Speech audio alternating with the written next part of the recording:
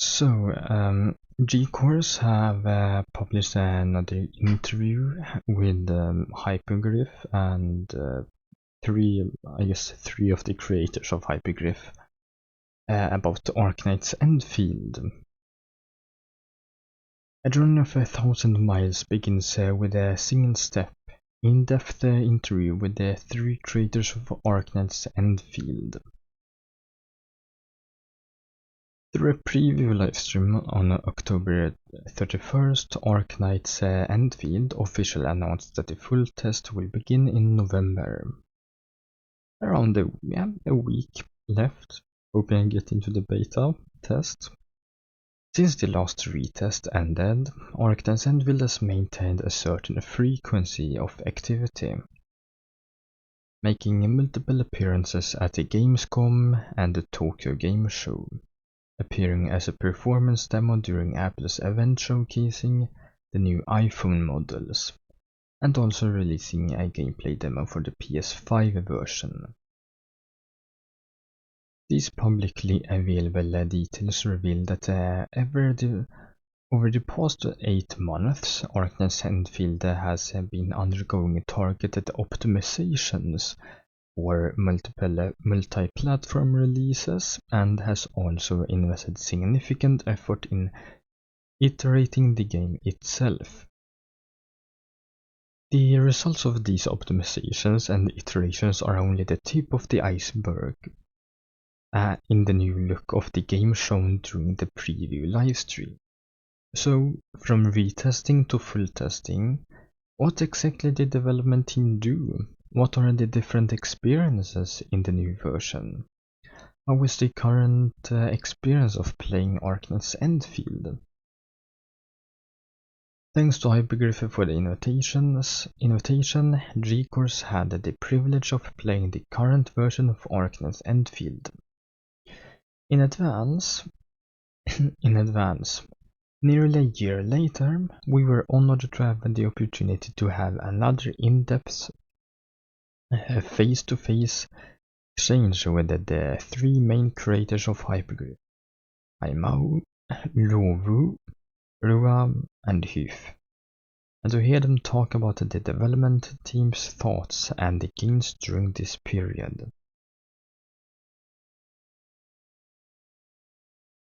After playing this version, my first thought was, no wonder it took more than 8 months to make this. Compared to the retest version, the current version of the Endfield has undergone a complete overhaul of a large amount of content. Many details such as the combat experience have been comprehensively optimized, and a wealth of gameplay content has been added. According to information revealed by the creators at the media conference, the average gameplay time for the entire version is 50 to 60 hours. If players want to experience it carefully and slowly, the playable time is immeasurable, perhaps exceeding 80 hours. I approached this test with the expectation of a public test. The requirement for comprehensive testing is actually to bring all parts to a level that is ready for official release, as much as possible, and then see which parts have not yet met expectations or have issues that need to be fixed and immediately. So that is something I saw some people post about it. So I kind of knew about this. It's pretty nice still. So of course we only will know that it's early 2026, but since we can still speculate on more exact dates, maybe what month it is, but we can't technically. I mean, we can kind of speculate a bit more if we know, or when we know the end of the test. But I'm going to take like a quick guess and or speculate really quick and say February is the earliest, I think. January could be possible, but that's basically like right after the test ends, probably at least. Specifically, the Jinlong map in the retest has been completely remade and is now a super large miniature map called Wuling. Right, so this is something I have only seen as a quick thing before we continue. I have only seen of what the official accounts have posted. I've not seen like anything else from the beta tests. I think I have seen the most from the technical test, but it's so different. So I have seen like the combat things, like the live stream is what I saw most of, if that makes sense. Wuling City has officially been unveiled as the most important area in the Wuling region. This map boasts an exaggerated level of artistic representation and rich detail, and it also deeply integrates a wealth of gameplay content. Right, another thing. If I don't get into the beta test, I probably will not look at anyone else play, since I want a more first-hand experience, if that makes sense. Like I want to play it for myself instead of seeing someone else play with this game, since it's my most anticipated game basically ever.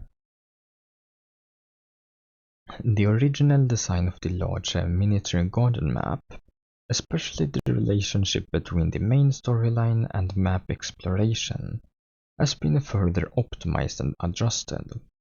I got to play with 9 brand new characters, and the characters that appeared in the last test have also been adjusted in terms of combat, actions, and skill effect. Without discussing the specific combat system, the overall feel of the combat has been optimized, and these optimizations are reflected in many details. The dodge performance is stronger and does not interrupt the normal attack combo. The internal cooldown of the dodge has also been reduced, and the dash action has been started faster. The physical and magical anomaly mechanisms have been optimized, and a new mechanism for stacking armor penetration and spell application layers has been added. To better adapt to the new combat mechanics, a large number of characters have had all their talents and skill effects reworked, and all characters' potential effects have also been reworked. The combat representation and the information display, such as hit effects, character movement and effects, skill input and triggering, have been enhanced, and the presentation of cutscenes has been greatly improved. Both in and out of combat, the details of characters' movements have become richer, and behavior of AI teammates has become more varied and layered. The integrated industry gameplay is further integrated with the other gameplay elements and levels, and its relationship with the various content has been re-established. The integrated industry gameplay is introduced and explained in the main storyline, while in some side quests, the integrated industry system will become a key solution. So that is something I like. They have, of course, they showed it in the stream, but they have not removed it. It's still a key part of the game, like a core system. But they have made it easier, like they added blueprint system. So if people don't want to if players don't want to do the base mechanics, blueprints exist. And if they still don't like that side of the gameplay, they simply should not play it. Personally, that's personally my opinion on that. Like it won't disappear because some people don't like it. It's like a key part of the game and lore. From the prologue, we can feel the emphasis this version of Arknights and Endfield places on a smoothness. From starting the new game to key plot points in the first chapter, the entire experience flows seamlessly. Beyond the improved pacing and tighter feels, this is more concretely reflected in the rearrangement of all mandatory tutorials. Disruptive elements like the administrator being pulled into the training room to familiarize themselves with combat mechanics after waking up, as seen in the second closed beta, have all been removed.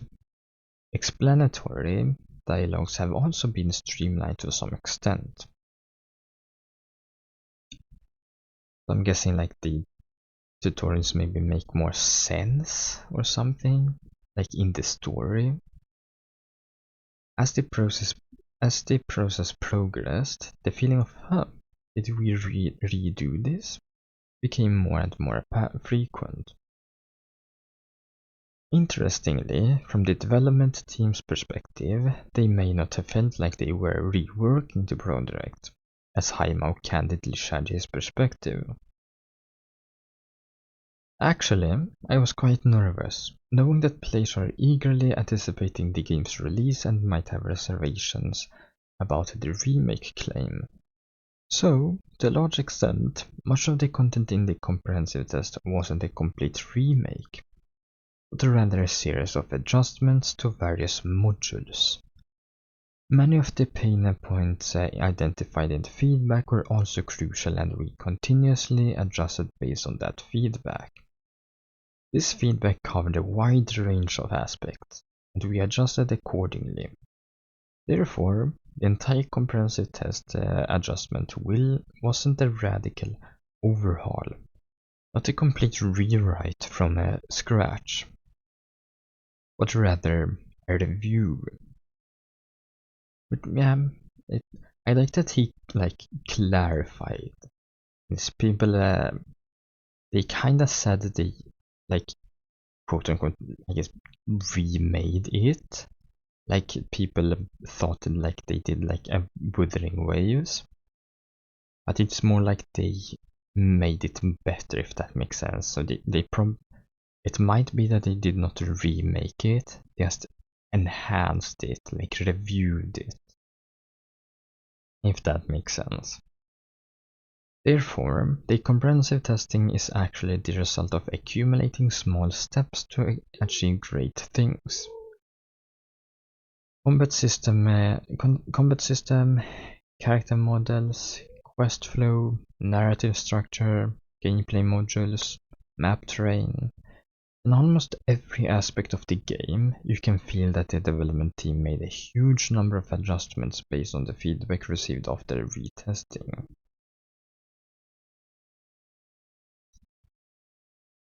Of all the new content, the part that was remade from the Hongshan map to the ruling region is arguably the most impactful and comprehensive.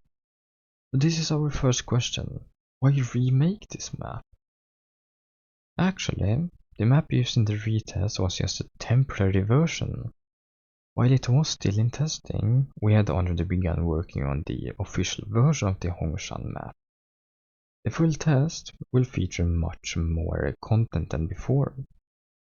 However, the ruling section that players will be playing is only the beginning of the entire Hongshan chapter. So some light-hearted elements will be designed to help players gradually become familiar with this world. But soon, huge crises will follow, and some previously unsolved mysteries will gradually be revealed. Of course, we are not satisfied with this. We are currently working on the later parts of the Hongshan chapter, and we are constantly learning from the experience of the previous productions. Although players have not yet played it, we already know that there are still many parts that can be optimized.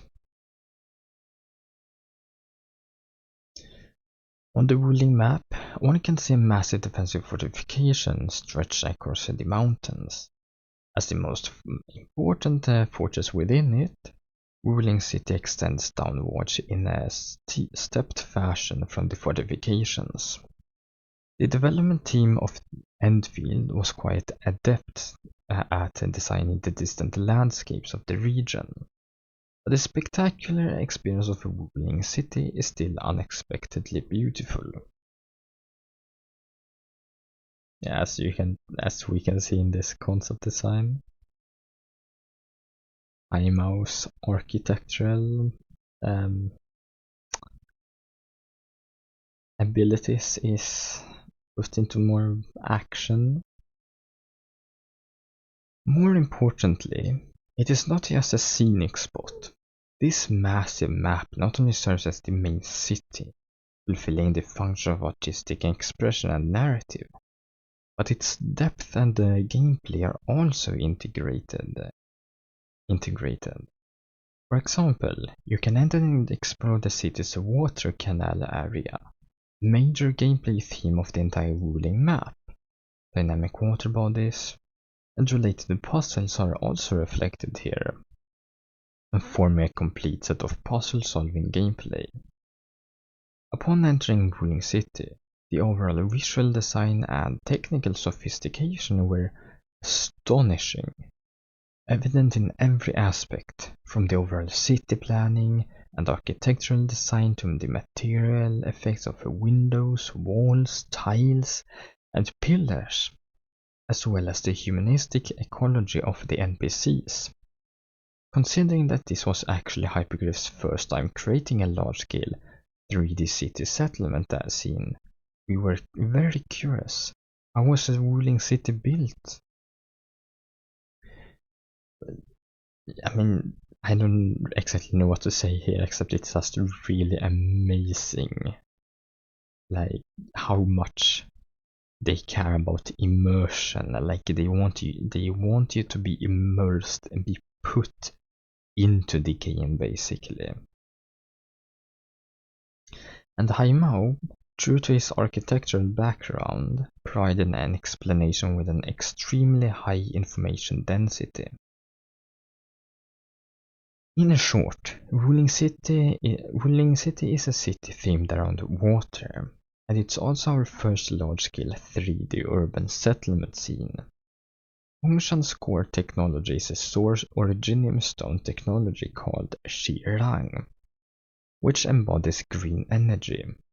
It can be as inexhaustible as flowing water, and it can also forge solid jade-like creations. Wait, so that wow.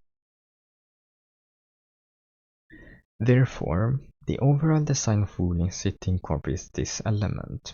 In terms of overall design, we retain the representative elements of traditional Chinese architecture, but not in a rigid ornate style. Instead, we modernized and incorporated sci-fi elements.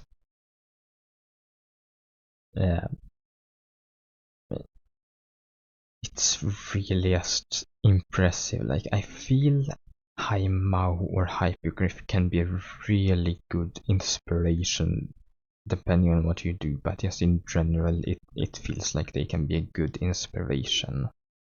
Like, genuinely. Personally, in my opinion at least. A city connected by walls is the most intuitive visual form of ruling city. In its design, it is actually a fortified pass built on eroded fissures, requiring an emphasis on a solemn sense of defense as offense, and connected to it by the continuous mountain range of the Shirang Dike. which together suppresses the entire erosion fissure. It is both a core defense fortification of ruling and its iconic cultural wonder. The defensive walls outside the city also stem from the concept of defense as offense. Basically, best defense is the best offense.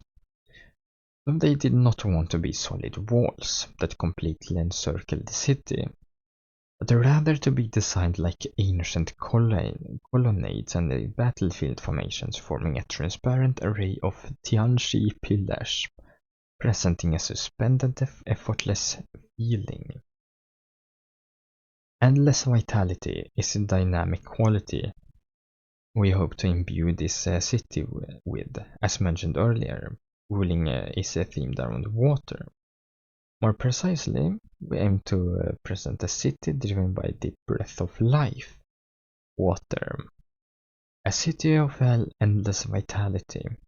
Therefore, ruling city pays homage to the water conservancy structure of the Great Wilderness City in Arknights. And on this basis, we designed a complete breath of life water network, from massive waterfalls to various levels of canals, down to small nodes like post stations and streetlights, all like the capillaries of the city, allowing the energy of the breath of life to flow into every household, becoming an element that is ubiquitous, yet subtly present throughout the city. It is also the core technology connecting military defense, agricultural production, and cultural life. I'm going to go into this.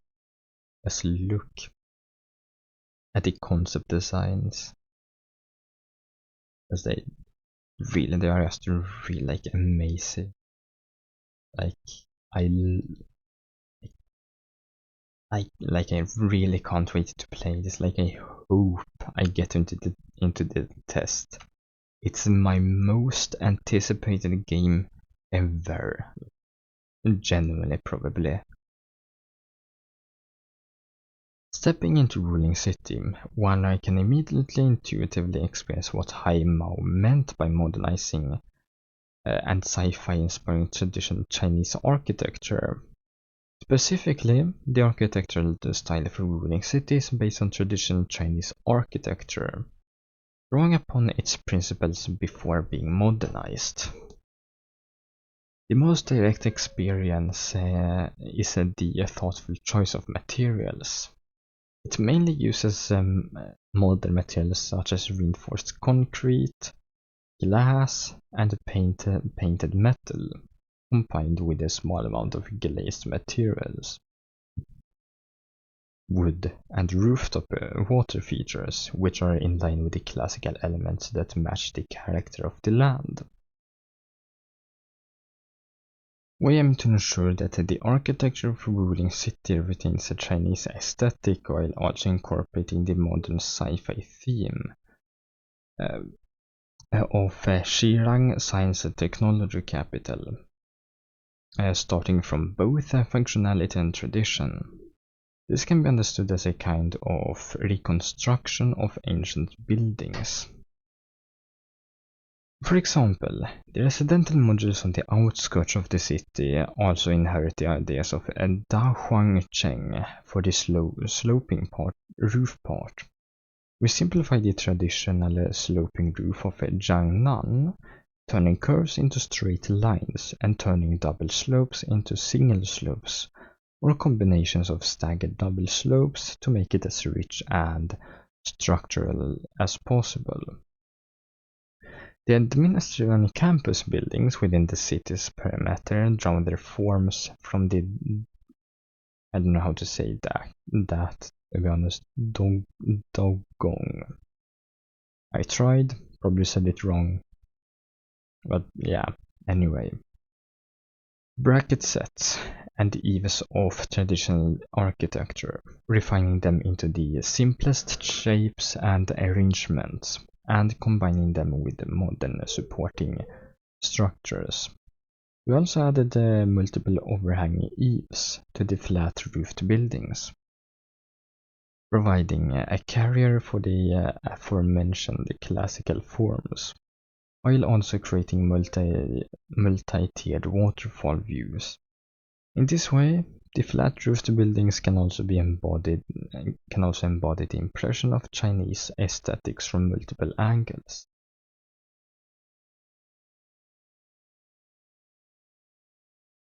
So yeah, here we can see the brainstorm draft and the probably concept art design.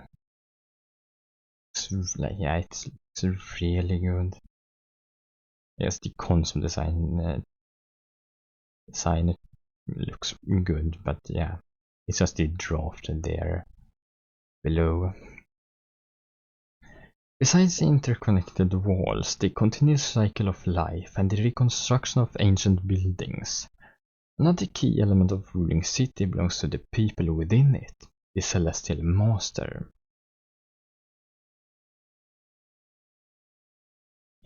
In the perilous pioneering land of Taigi, everyone needs to work together. Therefore, building upon the Celestial Master concept from the previous game, Arknights, the development team wanted to further embody the idea of Celestial Masters for all, capital of learning, in ruling city.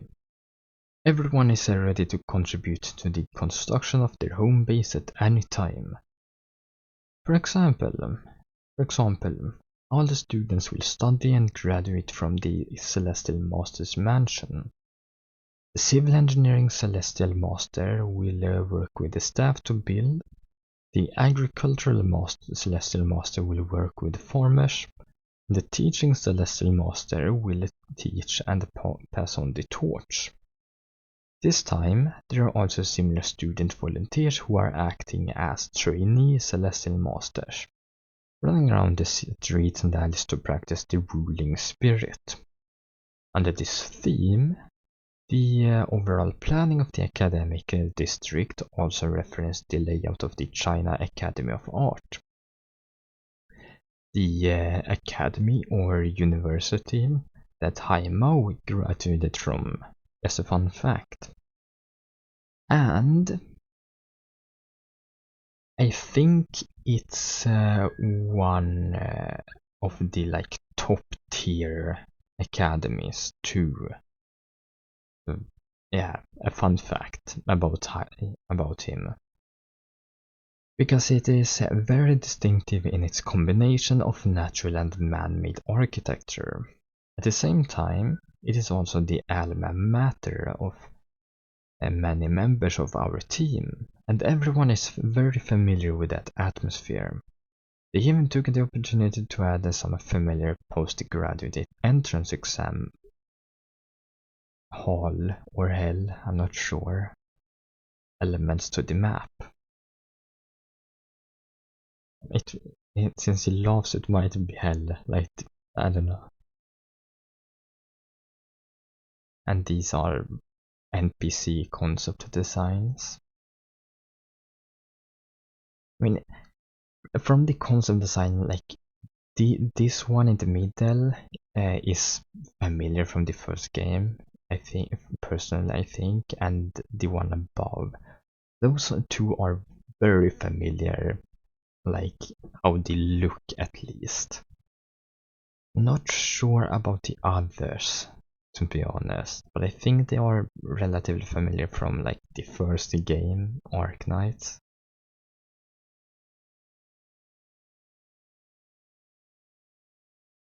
This reveals that the development team of Endfield went beyond simply imagining the future of Chinese culture in their interpretation of the concept.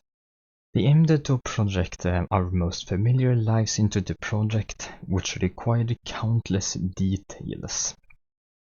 We meticulously planned many things, such as how people in certain institutions and departments live, how to make people smile at places similar to our real lives, and how to make the city as vibrant as possible. For example, upon entering the city, visitors will see a commercial district area where we set up a modern hotpot restaurants, bamboo-flavored milk tea shops, and a flash mob mascot, Long Pao Pao. In the south of the city, there's also Ruling Square, a people's square belonging to the people of Ruling, where you can see herding animals grazing peacefully and people of all ages doing radio, I don't know how to say that, but calisthenics or square dancing. The streets and alleys also feature city runs, as well as popular attractions like singing garbage trucks and water trucks. The aim is to imbue this high-tech atmosphere with familiar human warmth, balancing traditional and sci-fi elements through everyday life, making players feel more connected and creating a Chinese-style scene that blends the past, present, and future. We also hope that everyone can explore the city more, as there are many interesting things waiting to be discovered. And I will explore everything, like absolutely everything that I possibly can explore when both in the beta and when the game officially comes out, probably at least. The entire expression of modern Chinese style had already generated a lot of praise and discussion during the second closed beta test of Arknights Endfield. After all, it's hard not to be moved when you see the words green mountains and clear waters, scientific development in a game. Aimao also shared another revolutionary lineage of the ruling design, which can be traced back to the Yan Kingdom theme version of Arknights, Ascending to the Peak. When I saw the early Jade Gate design, Aimao and his colleagues still felt that something was not right, as it did not break out of the stereotype of traditional Chinese style. Aimao put forward the view that too many elements representing Chinese characteristics should not be added at the same time, because the accumulation of such elements will naturally lean towards an existing expression. So I gave my colleagues a direction to create a Chinese style and use Chinese characters, using Chinese characters as an anchor point, without using traditional cultural elements already achieved a very Chinese feel. Then we could add traditional cultural elements back, such as the ascending to the land version. Thus, the tone of the visual design of the Yan Kingdom in Arknights was determined, and the design for the ruling kingdom in Arknights Endfield also used this design language, and we felt that the effect was satisfactory. However, recalling our last exchange, we were so focused on asking the creators how to create a modern Chinese style that we forgot to ask why do it. Now that we see the increasingly rich detail in the design of the new ruling area, including people's livelihood, it's time to fill in this question. Why did you choose to create this modern Chinese style? Oh, this is a lot, okay. The reason we chose this direction is because we wanted to use real-life experiences as a starting point, incorporating things that will move us in our lives into the game. Building on this foundation, we then imagined what the ideal form of Chinese communities might look like with higher productivity. As architecture students from the China Academy of Art, we naturally wanted to touch upon this fantasy and depict our vision of the future within our game. Furthermore, the scenarios we envision don't necessarily have to be in the distant future. They might be what our country looks like in 5 or 10 years. However, if we can incorporate the latest technological advancements around us into the game, and use our own creations to attract players' attention and generate interest, that would also be very meaningful. When people mention traditional Chinese culture, most think of ancient style. That is honestly true. So, is it possible for us to incorporate ancient style elements into modern times? Therefore, we hope to bring classical symbols into modern worldviews, while maintaining a respectful attitude and try to make them more logically integrated into modern and even future culture. I'm pleased that Arknights has successfully validated this, and the previous test of Endfield was also successful, with quite good results. Moreover, the level of interest play showed in these aspects even exceeded our expectations. In this full-scale test, we want to continue to evolve and expand upon the previous foundation, including architecture and the human environment. At the same time, in the end, someone has to do this kind of new thing, otherwise how can players feel a sense of novelty? Since this is something that Hypergryph wants to do and is willing to do, and let's take on the challenge. I just love that bit, honestly. Like it's basically who else is going to do this? It's something we want to do. Let's just take on the challenge. Like, why not? Like, I love that. And they are doing such an incredible job with it too, like, genuinely. Like, they, like, I feel like they are, if they can become bigger, like, I am worried about Arknights going mainstream with this, and Hypergryph in general. But if they can go mainstream in a good way, they can genuinely become an inspiration, I think. I feel like, in a way at least.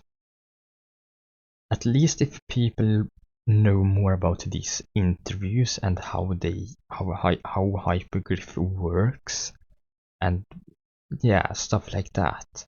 I think maybe hope that they can be some kind of inspiration for others.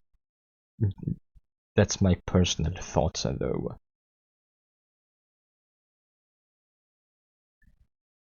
The ruling map is designed with many layers because it not only features ruling city, but also has another scene in contrast.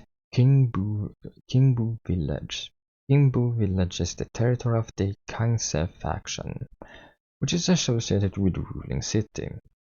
During this test, we also explored a small portion of the outskirts of Kingbu Village. It is clear that the water is also a part of the design theme of Kingbu Village, but it is expressed in a different way compared to Ruling City. Ruling City has a heavy industrial atmosphere of a water conservancy project, while Kingbu Village uses a lot of water wheels that are not so technological advanced. Another core element of the design is the bamboo forest. The creators revealed to us that the bamboo forest was a necessary element from the beginning, partly because it is an important part of the Oriental connotation, and partly because it is consistent with the background of the Kangse people living in the mountains and fields. The combination of the two creates a bamboo forest atmosphere, reminiscent of southern China. Oh, I guess it's warmer, so that means bamboo need more warmth, I'm assuming. Okay. Making it more rustic compared to Ruling City. The character design of Kangse also reflects this wildness. with more animal imagery elements, further externalizing the characteristics of Kimbu village and Kangsa, living within nature.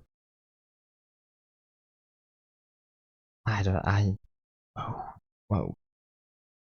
Is this NPCs or enemies? Whoa. That can't be dynamite, is it? Or TNT? That's massive! What the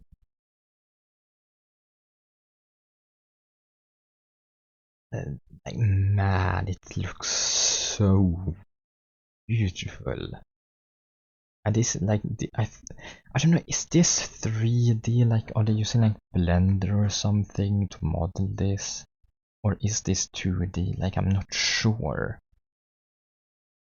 I'm going to assume like it's drawn in some way, but it's still so beautiful.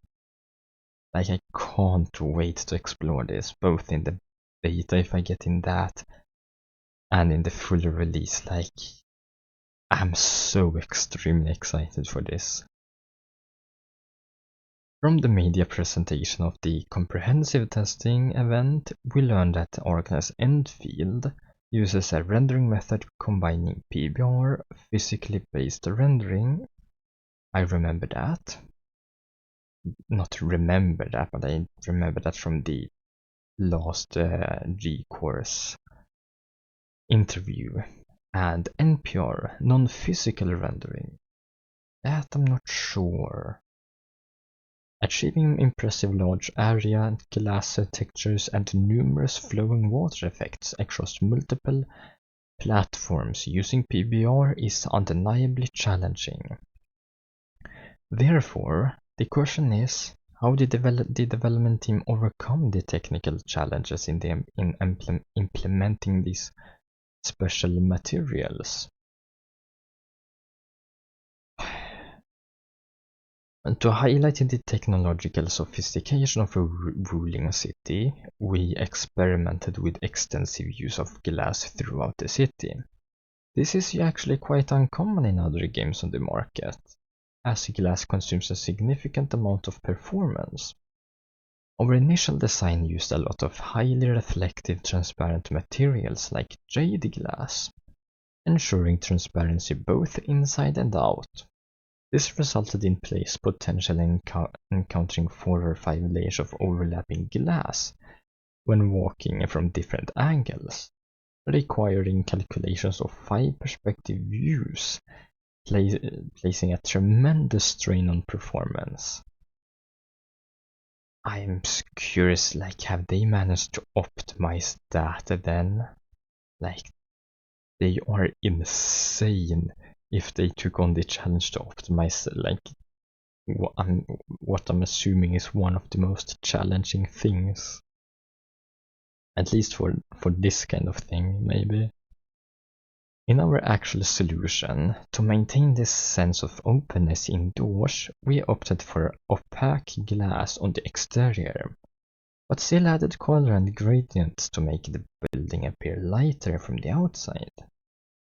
Inside, we used a clever trick to achieve the desired effect. A translucent bamboo blind was placed over the glass, and then a self-illuminating element was added to the blind to simulate sunlight and tree shadows filtering through.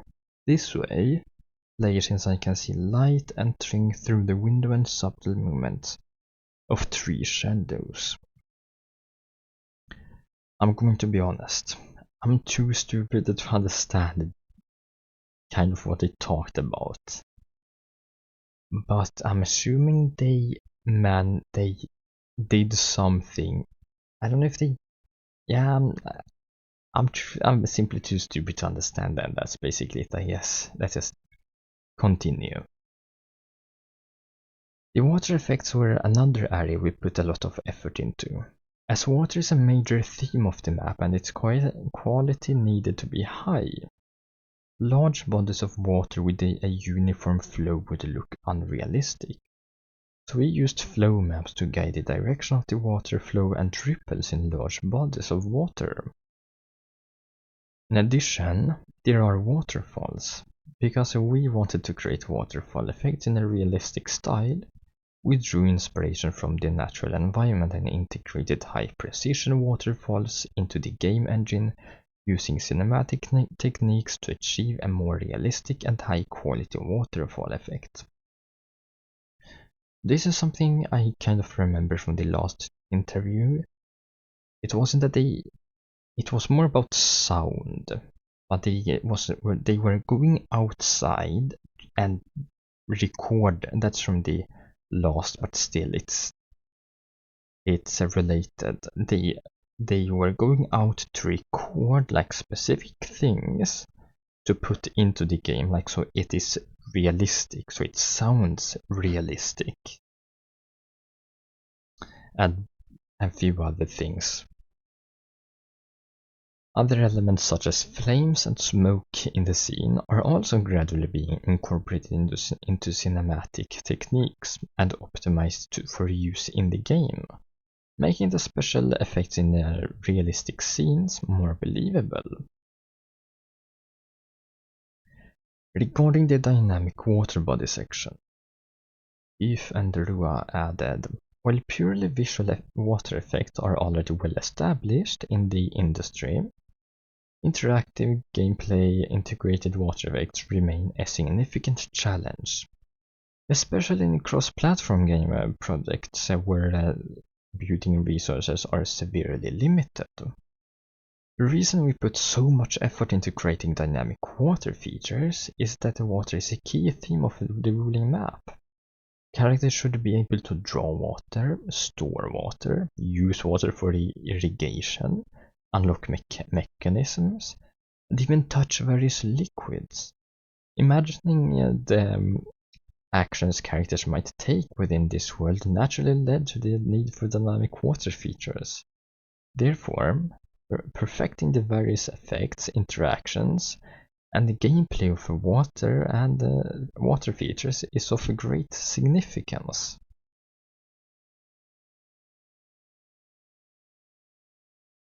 Wow, I remember you could see, but like I wasn't really paying that much more attention. It's not moving now, but like still you can like still see like how the waterfall looks, and like it's it's making me play the game, wanting to play it even more, and I can't.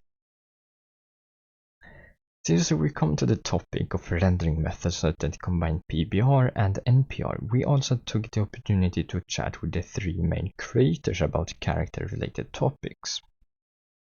In the full test version, the character presentation of playable characters has been significantly improved. This is largely due to the richness and optimization of character expressions and movements, as well as more realistic character behavior and more complex actions. For example, there are now more diverse starting animations when characters move, more detailed distinctions in landing animations at different heights, and more expressive interactions with grass, water, and stairs. This reminds me of something. I think at least, and I don't know all the details, but that Zenless Zone Zero, a Hoyo game, you probably know it, but I don't exactly play the game. I have tried it, played it a good amount. I'm not sure exactly playing it though. But I have seen like that they have like similar details to some extent, at least for character animations, like with stairs and stuff. So just wanted to put that out there since it's something kind of related, and Zenless, in my personal opinion, is the best, like all around, personally.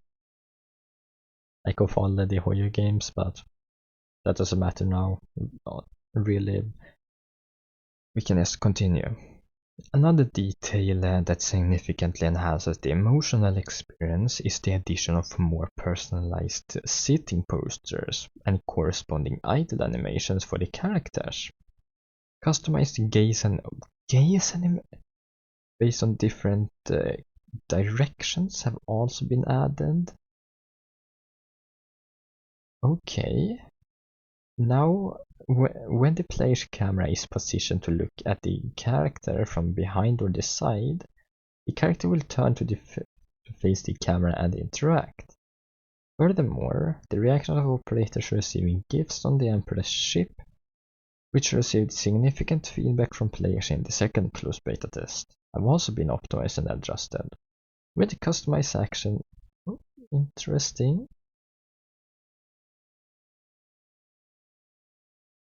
And I think the gaze thing is technically more simple than it probably than I imagine. Maybe, I'm not sure. But it's still like, I think it's within the camera function and it's still like cool, if that makes sense. Oh, the longest one. Oh my god. Characters are the core content of the game. As a game with a more realistic style, Endfield requires the entire 3C system, character, camera, control, to be more realistic and detailed. Oh, okay, I understand. The 3Cs, character, camera, and control, okay. Therefore, we tried and accomplished many things that are only found in high-quality AAA games. Okay. We invested a lot of effort in developing a 3C motion system to ensure our animations are rich enough and the transitions between different actions are smoother and more seamless. For example, we implemented a lot of detailed animations such as declaration animations when switching from running to walking, personalized animations while moving, automatic stepping onto small platforms, different landing animations for jumping from 3 different heights, corresponding starts in multiple directions, and character collision animations at each speed, and probably more, it seems. We also made numerous subtle changes to the controls. For example, when the character is moving forward, turning the character won't be a simple straight turn. Instead, there will be a movement of the body's trajectory and a separate turning animation. The character's head will also look in that direction for a brief moment of the turning, and then slowly look forward again. Okay. In addition, we optimized the AI teammates' actions, adding assisted pickups and a significant amount of voice interaction. I just want to clarify. I don't think or hope that kind of people are watching, but this is not the same kind of AI, I think. I'm not sure what the difference is between, like, let's say this kind of AI in games and I guess ChatGPT. I think there is a difference. Like with this AI, like, I'm not going to go into that, but it is a different AI.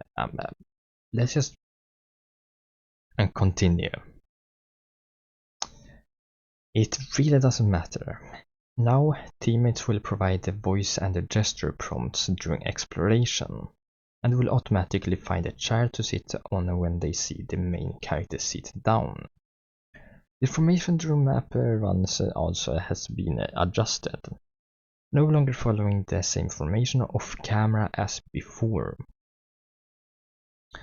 But yeah, I'm not going to go into that since I don't know how this kind of AI works. I know more about, I guess, generative AI. It's basically what it sounds like, I guess. But I don't think this is it. Like, It's a game AI. I'm not going to go into it, it doesn't matter.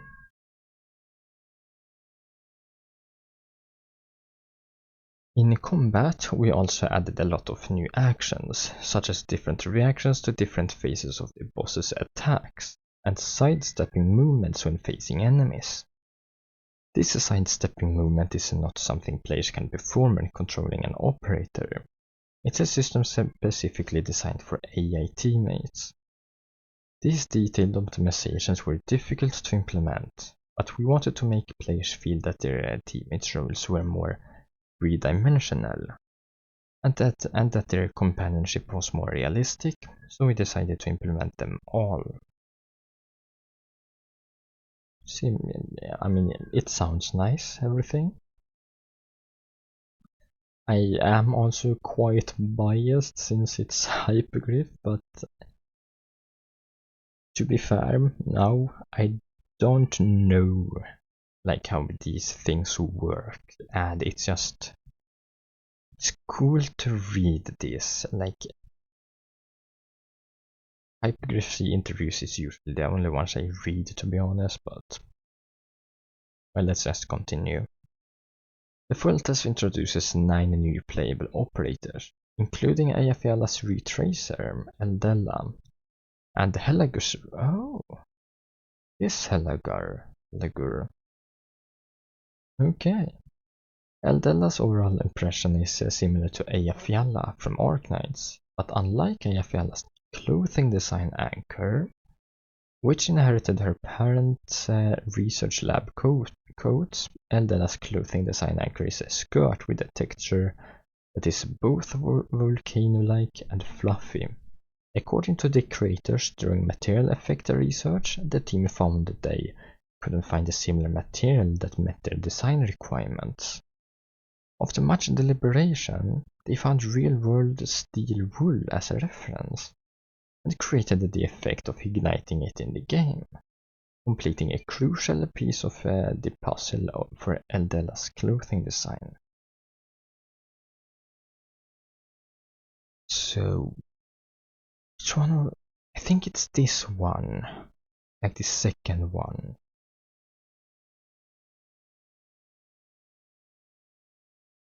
I'm actually not sure which one they put into the game, but I think it's the second one. Honestly, they all look good. I mean, the third one is my least favorite, probably, though. The first one is really nice. Yeah. This is for the sheep. They used the first one, I think. Yeah, it looks like it. And now for the steed, Helagur. I forgot his name that they revealed. Anyway, the overall appearance of the steed is closer to that of a younger version of Helagur, even younger than the Blood of Fighters costume. Oh.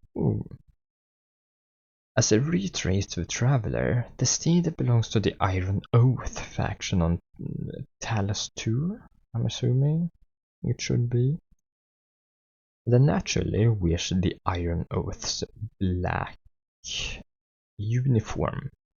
However, through the transparent material on the side of the clothing, it can be seen that he is still wearing the grey military uniform of Terra Ursus underneath. Perhaps worried that players might not immediately understand, the team also added large openings on both sides of the sleeves to reveal the grey part underneath. They even posted the large Ursus logo under the semi-transparent fabric on the back of the coat. Oh. I wonder if there is a lore reason he has like a Ursus uniform from Terra, honestly. Is this? No, this is the initial one. It is relatively similar though. to an extent. It's clear that the Traveler's character design will echo certain characteristics of the corresponding operators in Arknights. We've also been curious about the specific design rationale behind it. We took the opportunity to ask the creators, but they kept us in suspense. For some of the returning travelers, we will try to explore themes such as an operator fulfilling a long-cherished wish, or another version of oneself in a dream. Of course, the stories of the returning travelers don't end there, and we won't go into other or future designs here. Please stay tuned. This kind of confirms that they will bring back old characters, but they won't be the same. Like with, I guess, Helagur, he might fulfill a long cherished wish, or it's another version of him in a dream, or maybe something else. I think that's kind of interesting. I don't know the exact details on how they are brought back lore-wise. I have to see that for myself. I kind of wonder if we will see the how it happens, see when it happens for a specific character in Endfield, maybe live, if that makes sense. Would be interesting. It's someone we need that maybe have died or something, and we are trying to bring them back, maybe through Originium. That's just personally, it is interesting. I do hope that they bring in more new characters than old, if that makes sense. Even if it's technically a new character, but it's not new, if that makes sense. The design of these new characters reveal that Endfield continues to emphasize the texture of materials in its visual design, and is still pursuing a balance between realism and anime style on a technical level. When selecting clothing materials, we differentiate all different materials in reality using a PBR and NPR combined, clearly identifying a specific material type in reality, such as the steel wool in Eldella's dress. We want players to feel that the material is highly unbelievable. However, if it's too realistic and the texture are too detailed, it won't be visible in the game. If it goes too far on this so-called anime style, it won't match the scene. We need to maintain a balance between the two, and do a lot of work on the 3D materials to reproduce the texture of 2D art.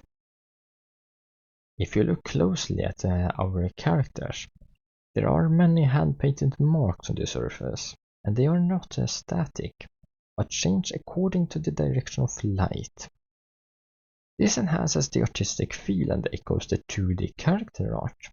Coincidentally, hatching and the thick painting are art assets we accumulated since Arknights, with many unique processing methods, making them our own set of techniques. Beyond the character's own appearance, the interaction between the character model and the external environment has become more refined.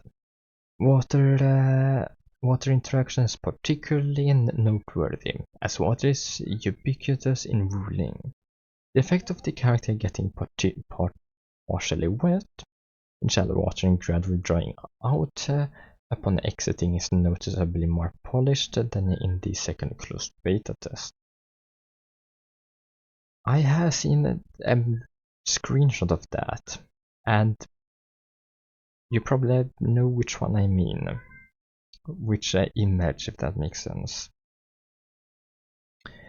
In addition to walking in water, the effect of raindrops falling on the body has also been optimized. The rain effects on the different materials such as leather, metal, and cloth have been subtly refined. For example, leather and metal surfaces are smoother and have water droplets effects, while cloth darkens in color after absorbing water. That's interesting. Okay. Another point worth mentioning is the mysterious ribbons on the characters that players often joke about. Is it that like,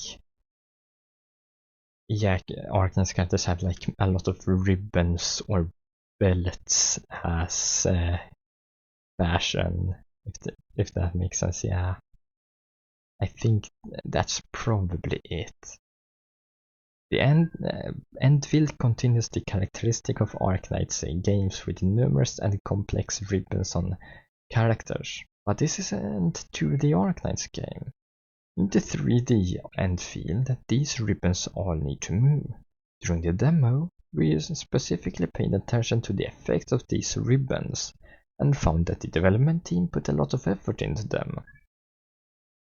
The ribbon's interactions with the character's movements is very refined, especially in actions with the largest leg movements like going up and downstairs.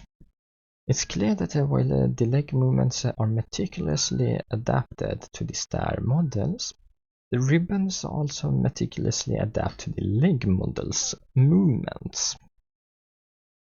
Oh. So like if they have like ribbons or bands like with the leg, like they move if they like I guess touch the leg, if that makes sense. That's cool. Short animated stories with ribbons. Short, yeah, sure. Definitely short, yeah. Our characters have a large number of ribbons, with various styles and some interrelationship, ensuring that so many ribbons don't interact and maintaining quality while creating extensive animation for them is inherently difficult. At one point, we even found that adjusting the ribbon effects while creating a character's animation far exceeded the workload of creating the animation itself. Furthermore, we foresee that as the number of characters increases, adjusting the ribbons individually for each character and each action will become impractical. So it's something they want to do, I'm assuming. But just like we discussed earlier about studying the details of character movements, we hope to use these ribbon details to help make the overall character more realistic and three-dimensional. We don't want to overlook these details. Therefore, we created our own method, which you can roughly understand as creating a special ribbon movement editor. So they are doing the details, just in another way. Okay. We first defined the basic movement patterns of each ribbon for the 4 basic actions of standing, walking, running, and sprinting.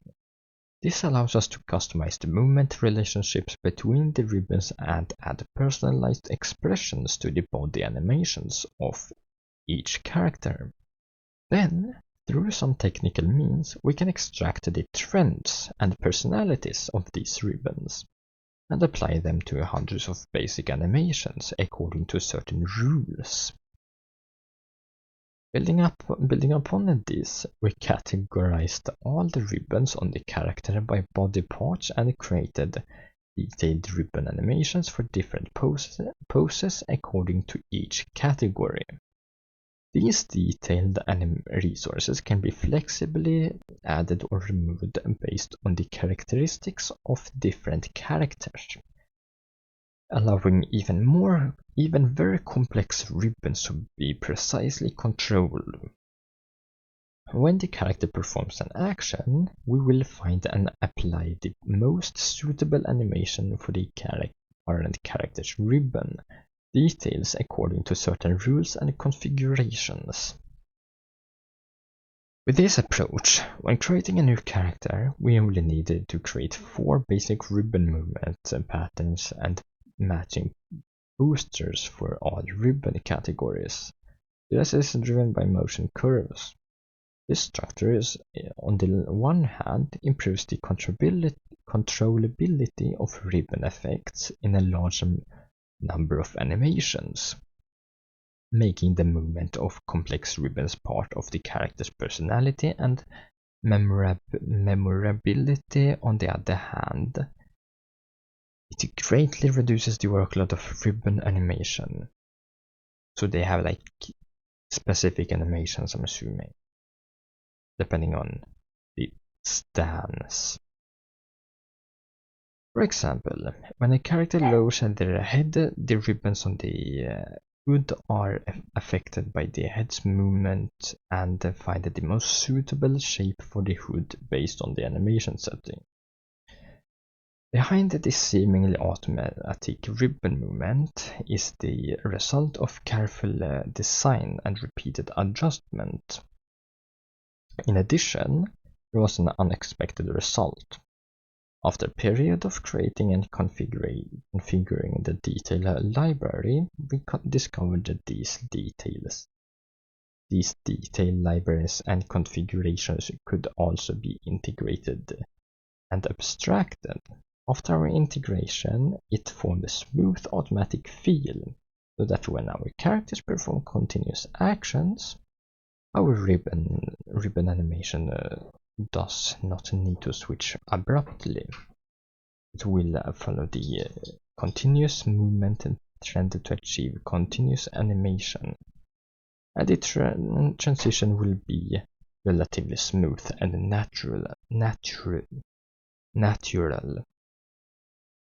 Wow, it's a lot, and it's still a lot left. You've also shared more clever tips on technical implementation with us. For example, Junwei's design, his skills include whip-like animation elements, but the character models in Arknights Endfield already have complex details, leaving insufficient model bones for the whip. This would make it appear segmented, which would be easily noticeable when using special effects to match this animation. To solve this problem, the development team used a cinematic workflow to generate a trailing effect for the whip attack frame by frame, making it look like a smooth whip. I'm going to see we can translate and see. Okay, we can't see the parts, unfortunately. Actually, maybe if we do this,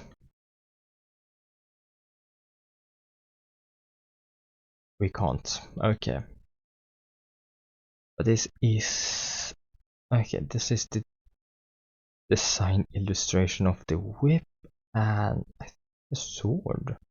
Does this become the whip? Wow. Okay. Eldella's skill animations feature a large number of plush sheep models, which make it difficult to maintain a stable frame rate on some devices. Therefore, by using a 3D to 2D rendering method, some of the plush sheep on the screen are converted from models into images, so that the number of sheep in the game can be maintained, and the final presentation effect can be achieved while maintaining the frame rate. Okay, so I'm guessing her ultimate then, because I think that had a good amount of sheep, maybe. I'm assuming it's seamlessly to that, like you won't notice it's 2D. We have 7, 8, and 4 is the next. Yeah, it's a lot left. Maybe, I mean, it looks. We have to see. Junwei's ultimate skill effect is perhaps the most representative example of this. Okay. Junwei's ultimate skill is designed to summon a squad of Iron Oath Army Shield Guards to attack. Initially, when we were creating it, these shield guards were all solid, which made the battlefield very chaotic and jarring. Later, we tried semi-transparent shield guards, which solved the previous problem, but encountered a new challenge. When multiple semi-transparent models were stacked together, a situation we called disordered transparent objects would occur. Specifically, they would appear to be interspersed, which was unacceptable.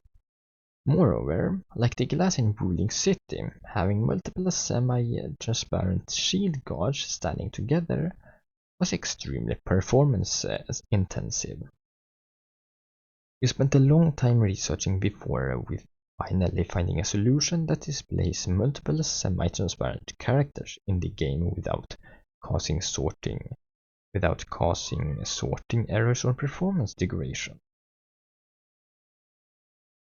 That's nice. So 4. This confirms our suspicions. One of the main reasons for the 8-month gap between the two tests was to conduct targeted optimizations, and even tackle technical challenges for simultaneous launch across multiple platforms and devices. This is actually quite reasonable. Yeah, I would agree. Sometimes people forget that Arknights Endfield is Hypergryph's first large-scale 3D game. Technically, I mean, yeah, we can't really count Popcom, since it's not really large scale like this, I think. And also their first game spanning PC, console, and mobile platform. That is true, compared to Popcom, which is only PC and console, I think. Many of the challenges were new to them. Furthermore, because the Endfield emphasizes realistic scene depiction and includes performance-intensive factory gameplay, it naturally requires more detail. This means the development team had to put in significantly more effort to achieve a level of realism that is among the best in the industry. I believe that. Don't have to. Okay. Wow. Yeah. This seems to be something kind of that they talked about the beginning at least. Yeah, that they talked about in the last GCores interview. From retesting to full testing, we completely overhauled the Unity engine.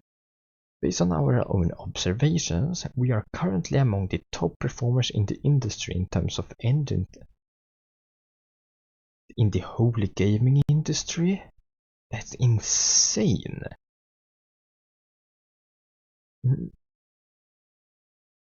Is it? That's insane. If it's not only Unity, if it's in the whole gaming industry, that they are among the top performers in terms of engine technology, that's kind of insane, like genuinely. Taking the main city scene as an example, the number of rendered polygons in the Ruling City version is controlled between 3 million and 5 million on PC and PS5, while the mobile version is controlled between 1 million and 2 million. The number of render calls is around 1500 to 3000 on mobile, while it is even higher on PC and PS5. In terms of characters, our individual playable characters have a rendering layer of 80,000 to 100,000 polygons on PC and PS5. Platforms with maximum settings, I'm assuming, while the rendering polygons for mobile characters are 40,000 to 50,000 polygons. where playable characters are 4 people on the same screen throughout the game. So that means 100. No, I'm not going to do that math now. In terms of scenes based on the requirements of rich gameplay, we have created a large number of enemies, NPCs, and interactive objects on the same screen, such as the group of NPCs dancing in the square in Ruling City, which you must have seen when you played the demo. Optimizing this content was fraught with challenges. I believe that. Especially on mobile devices. Mobile devices have very limited performance and power consumption, with strict limits on the number of polygons that can be supported on screen and the number of rendering batches. Balancing image quality, smooth frame rate, and heat dissipation under these conditions was an extremely challenging task. However, thanks to the efforts of our team, we achieved significant results. The technical implementation of integrated industrial systems was one of the reasons that prompted us to make more thorough changes to the underlying Unity architecture. To ensure that this part of the gameplay ran smoothly, we even rewrote the underlying rendering framework and rendering pipeline. The overhead and implementation difficulty of rendering dynamics objects in the factory are completely different from those of static objects. Therefore, the design of the entire rendering framework, we specifically introduced the DOP, Data-Oriented Programming, architectural concept in the factory module. This approach differs from the traditional object-centric development model. It focuses more on the organization and access efficiency of data. By centrally storing and accessing similar types of data, we can significantly improve CPU and memory utilization, making the underlying system run more efficiently. This approach has also been adopted by many classic factory games, such as Project Dyson Sphere, although it requires a large-scale data processing in the initial implementation. It brings extremely high efficiency and potential for subsequent performance optimization and system expansion. In addition, we completely reworked Unity's rendering pipeline. Instead of using Unity's default scriptable render pipeline, we modified it directly at the Unity engine source code level, making it better suited to our self-developed underlying rendering framework. This has effectively improved its performance on the CPU, GPU, and allowed for more flexible implementation of unique rendering effects tailored to our game. In addition, to achieve more advanced graphics effects such as ray tracing, are you going to add ray tracing to this? I swear, if the showcase in the live stream was without ray tracing and it's not yet implemented, this is insane. Like genuinely, like how it looks now and with the ray tracing, I can't imagine. Like this is insane. And to make communication between our game and the different hardware platforms more efficient, we also developed a complete calling framework at the graphics API layer, DirectX, Vulkan, Metal, etc. I know DirectX and Vulkan, and I know exactly how they work, so I can't say anything about that. This not only allows us to make fuller use of the underlying performance. Okay, so yeah, this not only allows us to make fuller use of underlying performance, but also makes our rendering performance more consistent across multiple platforms. Our game handles a large amount of complex logic and system calculations on the CPU. So we moved more of the visual related calculations to the GPU for acceleration. Okay, so I get that. It seems nice. So not everything, so not the CPU gets, I guess, overloaded, maybe.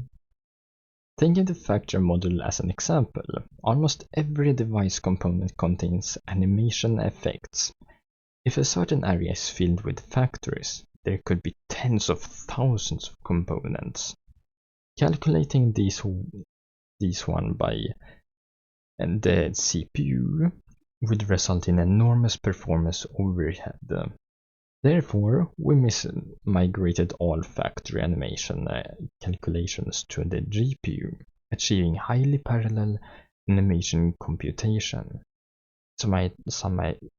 Simultaneously, we used GPU instancing technology to improve the rendering efficiency of a large number of repetitive objects.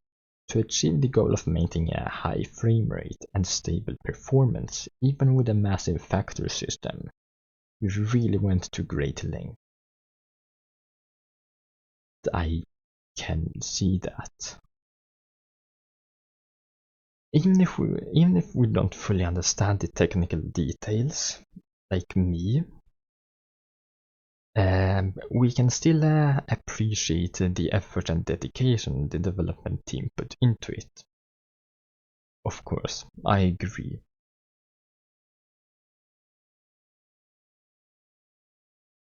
While developing game content, our entire company is also facing the challenge of industrialization. As the team grew, we encountered new collaboration challenges. For example, how to enable multiple developers to work simultaneously on the same map without conflicting or overwriting each other's content. To solve this problem, we developed our own large map multi-user collaborative editor and a corresponding development workflow. It allows multiple developers to work simultaneously on different modules, such as terrain, vegetation, and interactive object deployment, and it's deeply integrated with the version control systems. Each module is equipped with a dedicated efficiency-enhancing tools, enabling everyone to collaborate efficiently and seamlessly within the same environment. Even the most basic infrastructure such as networks and electricity has become a major problem. During large-scale upgrades, the bandwidth of switches is easily saturated. For example, the switch currently provided 40G downlink bandwidth per floor, and this is allocated to one floor, with each person getting maximum of 1G. Then a bottleneck will be reached if more than 40 people are downloading simultaneously. Therefore, we need to upgrade all the switches and the network cables. We even encountered power problems. To meet the project's need, we kept adding new equipment to the server room. Now we need 150 machines just for building the version. Wow. Gradually, the server room's power load became insufficient, and we needed to find another way to solve the power supply problem. In order to run electric cables in the Endfield, and we also had to start the electrical cable. Okay. They are really doing. Wow. If we weren't developing a project of this scale, we simply couldn't imagine encountering such a situation. I couldn't imagine. Insane. The visual effect of 4 high-precision characters on screen simultaneously provided a vivid entry point, giving us a glimpse into the ultimate optimization challenges. Firstly, what we could directly perceive during gameplay was that the character models had undergone iterations compared to the last test. Even though the three main creators didn't disclose the polygon count of the models, we could still see a significant improvement in the precision. Given the design for 4 characters on screen simultaneously, the development team certainly couldn't sacrifice the quality of individual models by evenly distributing the polygon count. Therefore, they needed to create 4 high-precision models, 4 sets of renderings and 4 sets of animations, while maintaining the quality of each individual character. The sheer amount of work involved is unimaginable. It should also be noted that these 4 high-precision characters are constantly moving and the actual gameplay experience needs to be considered.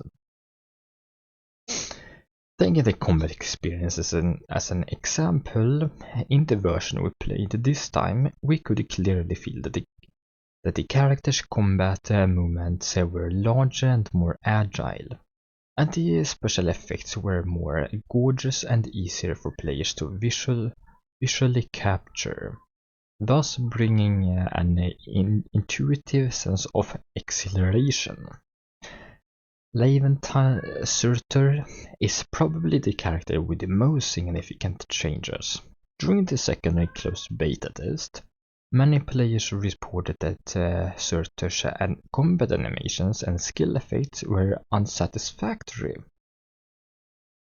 However, in the full test, our entire set of attack animations has been reworked, and it's noticeable that some skill characteristics from certain Arknights have been recreated. In terms of skill effects, fire effects and lava effects, which were not present in the second closed beta test, have also been added. So the left one is the first, and the right one is, yeah, it's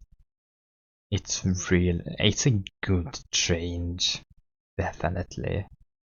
It's definitely good change, like actually yeah. However, for scenarios involving 4 players in real-time combat on the same screen, simply increasing the level of visual spectacle is definitely not a good thing. Excessive visual spectacle will turn the battle scene into a disaster area of light pollution, making it impossible to see anything during combat. In response, the Endfield development team chose a simple and straightforward solution. We created 2 sets of effects for each character's basic attack, one for when the player is controlling the character, and another reduced version for when the character is a teammate on screen. By limiting the levels of detail, LOD, and adding transparency effects, we ensured that the teammates' effects weren't too overpowering. This serves 2 purposes. Firstly, to highlight the combat effects of the player's main character, and secondly, to ensure a more organized and comfortable combat experience. However, because our character skill effects have many key elements, such as Eldella's little sheep and Administrator's Originium, simply applying the same template and then changing the transparency would result in a very poor presentation of these elements. Therefore, we also customized and reworked the key elements in each character's skills, such as creating different sheep effects to ensure that while improving the overall visual appeal, the effects wouldn't become too cluttered. Of course, the improvements to the combat experience in Arknights Endfield go far beyond just visual effects. As mentioned at the beginning, the feel of combat has been greatly enhanced. The most obvious being that dodges no longer interrupt the normal attack combos. In fact, to ensure a smoother gameplay experience, this uninterrupted combo feature includes an additional saving throw, only after dodging twice or more consecutively will the combo be interrupted. That makes sense. Based on this core design, the internal cooldown of dodges has been reduced, and the stamina cost has also been decreased, all with the ultimate goal of providing players with a smoother combat experience.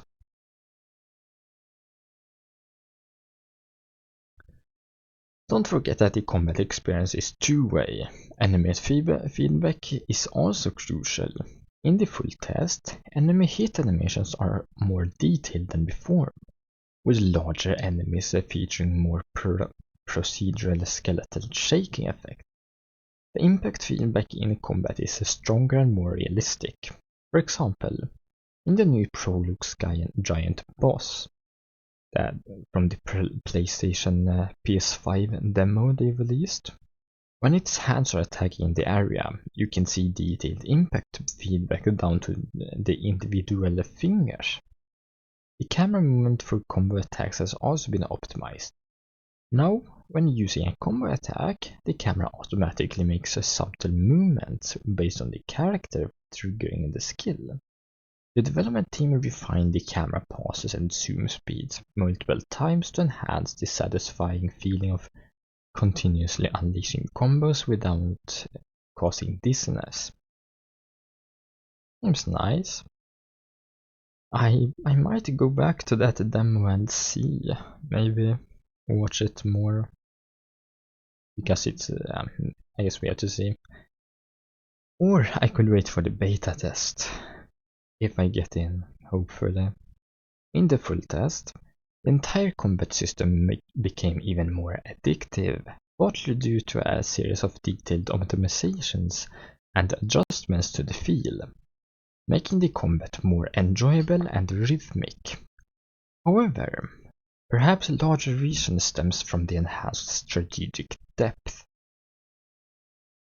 The newly added stacking mechanism for armor penetration and spell application layers, along with the corresponding reworked character talents, skills, and potential effects, not only provide players with more diverse team composition options, but also offer greater flexibility in combat, allowing players to establish a cycling chain of skill point accumulation, skill release, stacking, triggering physical and magical abnormalities, detonating stacks simultaneously. The generous accumulation of finishing moves leads to a higher release of frequency, which can already be considered as part of a cyclical strategy. That's something I really like. It's less of button mashing and more of use this element and then this element to maybe freeze and these elements together to burst them in flames or something like that. And then we have defense penetrations, and it's possible they will add more, like they have done in Arknights, like the latest one on Chinese server. I don't remember what that one is exactly, but it's possible they will keep adding more, like they have done in Arknights. The new combat system allows players to experience continuous positive feedback from successful resource conversion during actual combat when applying targeted team composition strategies. This provides a unique and exhilarating experience for strategy games. Right, I remembered another thing. Skill points. You can't exactly spam skills however you want. It is more strategy still. I think I still wanna try the game for myself and actually play it, but from what I have seen and from what it sounds like, it seems more strategic than usual other games where you technically can button mash. Which is, it's still a worse choice, but it works. Like, it works like decently good at least. We also asked Rua about their combat strategy design philosophy. In fact, our game is more like a strategy card game in terms of battle strategy and team composition. It will require players to consider the resource a character can provide and the resources they consume. That was something I was thinking on, like how much skill points do they consume. Like, some skills probably will consume maybe 3 skill points in the future for some reason. We have to see. And I think the max was 3 skill points. Offering many choices that allow players to unleash their imagination and ingenuity. I don't know how to say that. We hope that the players will find it fun to explore possible team compositions and be willing to discover unexpected combinations. For example, a low-star character, through the creative efforts of players, might become an important piece of a powerful team composition. This strategic direction also shares some similarities with the core gameplay of Arknights. Exactly what I was going to say, basically. It's basically like Arknights, like you can use 3 stars to clear like high-end content. It's a lot harder, but you can still do it. You can have 3 stars in your team with other stars like 4 stars. There's 2 stars. You can't clear most content with only 2 stars, but you probably still can. So yeah. And for now the lowest is 4 star. We might get lower, maybe.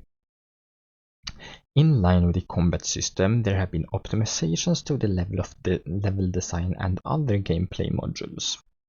During this demo, it was clear that the development team had enhanced the phased progression and subtle guidance of the large miniature map. Most obvious example is the familiar hub area. Now, after leaving the hub base, probably the main base like the spaceship, I kind of forgot the name, but let's continue. The map is no longer completely open.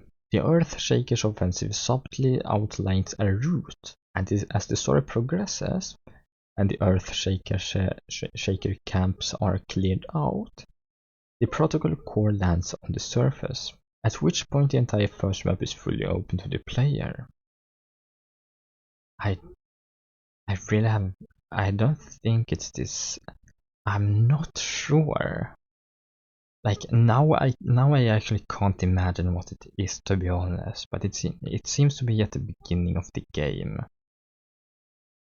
This subtle guidance of player movement, attention, and energy is a classic and crucial concept in miniature map design. During our retest, we discovered that the design of immediately expanding the entire map after players left the hub base actually led to an increased churn rate. Therefore, we made many changes to make the game more sandbox-like. This time, had made a lot of structural guidance for players to find solutions to the problems. We also intersperse specific narrative in performances or smaller gameplay elements in the process, hoping to make players feel that the game experience is more dense and to help players gradually carry out a linear exploration with a greater sense of its stage achievement. This. The part of the gameplay changes that impressed us the most was the optimization of the coupling between the integrated industrial system and other gameplay modules. Firstly, this update introduces a brand new regional development gameplay element.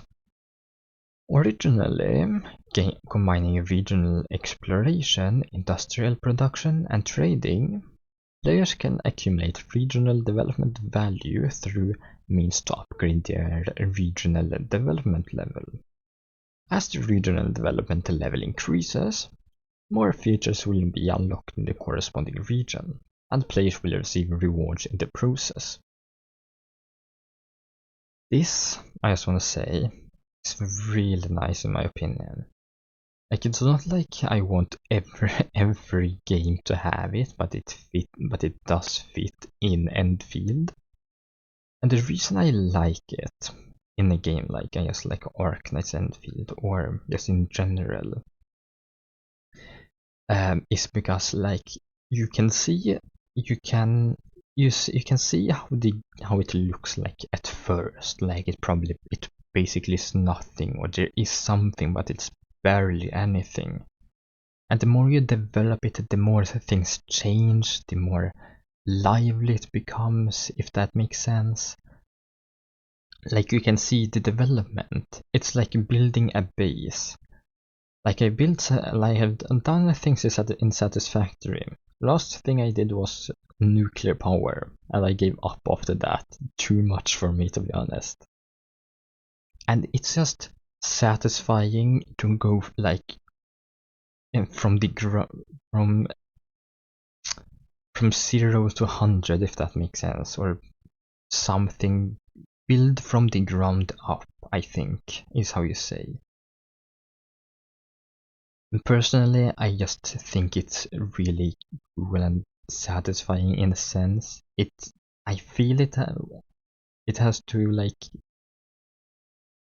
to make sense to be in the game though, and it makes sense to have it in Endfield. Personally, at least, I think you are supposed to develop things on the planet, like develop, I guess, the future, if that makes sense. I don't know the exact wording you can use, but that is one of the points, I think. In addition, a new regional currency, the dispatch voucher, has been introduced. Each region has its own dispatch voucher. Makes sense? Meaning each of our region has its own currency and exchange system. Makes sense? Obviously, every continent can't have the same. Or they can, but it wouldn't really make sense. As the most important item in the regional development system, the regional dispatch voucher can be used to craft equipment needed for operator development, exchange for various important resources, upgrade infrastructure, and more. One way to acquire a large number of regional dispatch vouchers is by supplying goods to strongholds. Strongholds will issue a series of purchase requests, and players can produce goods through the integrated industrial system, trade within strongholds, obtain corresponding dispatch vouchers, and increase the stronghold's development experience. Once the stronghold's experience reaches its limit, and the upgrade quest is completed, players can upgrade the stronghold and gain regional construction points. This is something I like that they added. I have obviously no idea how it was in the first beta test, what you used the excess materials for when you couldn't do anything with them. But now you can say for example you have upgraded everything you have to max. What do you do with the excess materials then? Endfield has the solution, I guess, if that makes sense. You trade it in for goods. You probably can do more stuff too, but that's my thoughts, I guess, if that makes sense. After the base is upgraded, it will order more types of goods. Oh, so you need you are required to give more goods to upgrade, and so on and so forth. More and more goods, hopefully different goods each time and stuff like that. Players can choose to provide the base with the better goods with higher unit prices to obtain more, thereby achieving a positive cycle from production to profit. Right, that reminded me. I think I will do a video, just a side note, I think I will do a video for maybe Monday. Hopefully I get into the beta. Makes it even better to do it for Monday, or next week at least, to record something for like the manuals they have released. Like they did something for this. Of course I like to see everything in game, but it's still probably good to read, if that makes sense. In addition, players can obtain regional dispatch vouchers through various means, such as regional exploration and delivery commissions, including an investment gameplay. Right, that's the thing I saw. But yeah, that's what I saw basically, and some memes about that. But I will. It's for next week for, I guess, me. Players can use dispatch tickets to buy items called elastic demand resources. The price of elastic demand resources fluctuates daily by buying when the price is low and selling when the price is high. Yeah, it's this basically, yeah. But I will still do it, a video for the manuals, the things, but yeah, they basically talk exactly about it, I think, here. Players can earn dispatch tickets. Furthermore, because the price of elastic demand resources is random, the price will differ between players' friends' ship. Oh, so for example, I could technically earn more a specific day than another friend. Oh, that's interesting. I kind of like that. Like, it's random. It's not like it's pay to win or anything. It's just, yeah. Players can exploit these price differences to sell elastic demand resources on their friend. Oh, that's interesting. So, like, okay. Does it like? I'm not exactly sure how it works. Like, can you buy on your ship and sell on the friend's ship? Like, I'm curious. It sounds kind of fun. Like, it's not something I like do, like this kind of thing, but like in a game, like it sounds more fun in a sense. Or I guess Endfield makes it sound more fun, I guess, maybe. In our opinion, the design of this gameplay coupling is very ingenious. In terms of gameplay, it provides downstream for the integrated industrial products that were previously prone to overflow. Exactly my thought. Giving the factory gameplay a new purpose and fun. To some extent, it also shows the design idea of the endgame mechanism for the integrated industrial system, giving players something to do after experiencing the other content. Yes, exactly. The trading system will basically be the end game, like buy low, sell high. I wonder if it can like crash, if like the market can crash. That would be interesting. Like if you sell too late, it's that would be interesting. Genuinely, that would be interesting.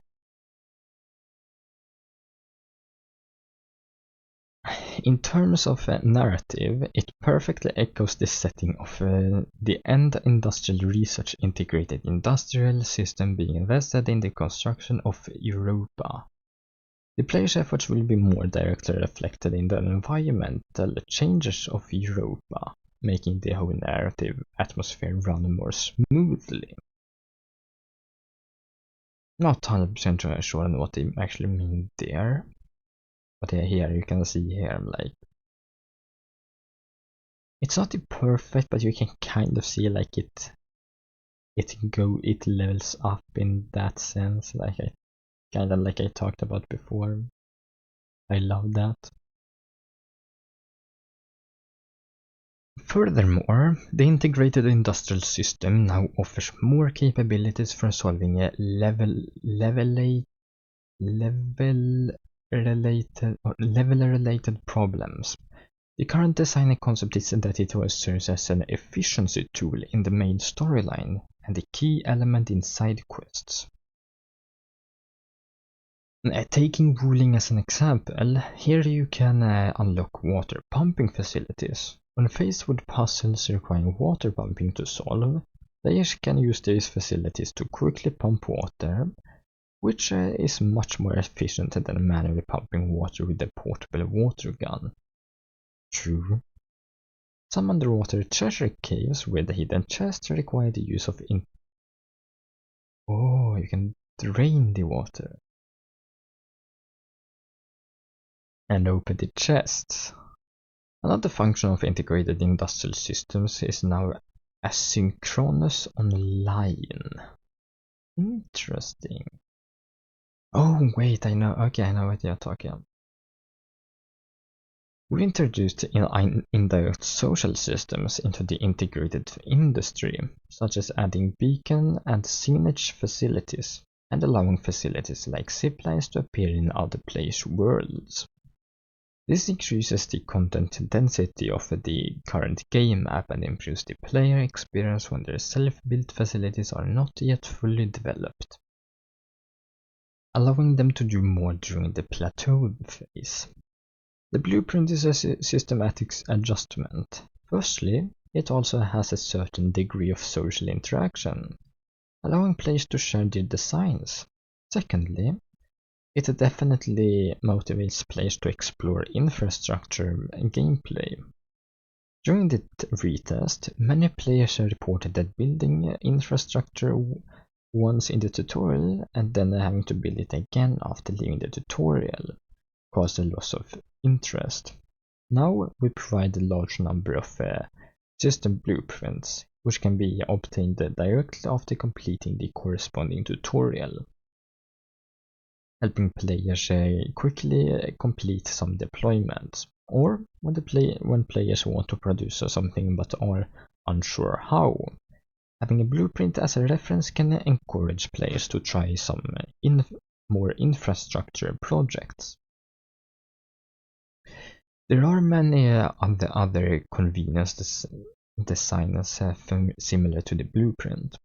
For example, after unlocking a certain industrial age, all the simulation tutorials corresponding to the technologies within it become playable, and there's no longer a restriction on industrial points to be forcibly associated with a particular technology. The ruling region has its own special repeater, which can directly connect to all power facilities within an 80-meter radius when placed, including other ruling repeaters and ruling power supply piles, greatly improving the efficiency of players in carrying out regional construction in the new ruling map. And here we can see a bit of using the blueprint. 6. It's clear that a large number of adjustments in the comprehensive test are based on player feedback from the previous test. These adjustments include the gameplay changes as well as significant changes to the story presentation. I can share a small adjustment I made to one of the bosses, Nephis. During the last test, we received a lot of negative feedback regarding this part of the storyline. It was a matter of visual appeal and emotional value, because players had been frustrated too many times in their interactions with Nephis. This repetition disrupted the pacing of the story experience. Therefore, we made specific adjustments to address this. Another point is that we all felt that NFS's face didn't look good in the... I don't know how it looked really, to be honest, so... yeah. Good to know. So as soon as the last test ended, we started discussing this, and then we dug out an original artwork, which everyone thought was very beautiful. We adjusted her design based on this original artwork, and everyone felt they liked it even more. This is actually what I just mentioned, that we need to put effort into adjusting the visual appeal and user experience. Compared to the previous test, the improvement in all aspects of the story presentation is immediately apparent. Not only have the animations and models become much more refined with technological advancements, there are even numerous technical impressive and complex shots, such as close-ups of ribbons touching the characters' bodies, the smooth flowing animation of hands being pulled up on open and placed in pockets. Many scenes that felt stiff to players during the second test have also been readjusted. As the story progresses to ruling, the animation quality has improved dramatically, showcasing more cinematic level camera work and choreography.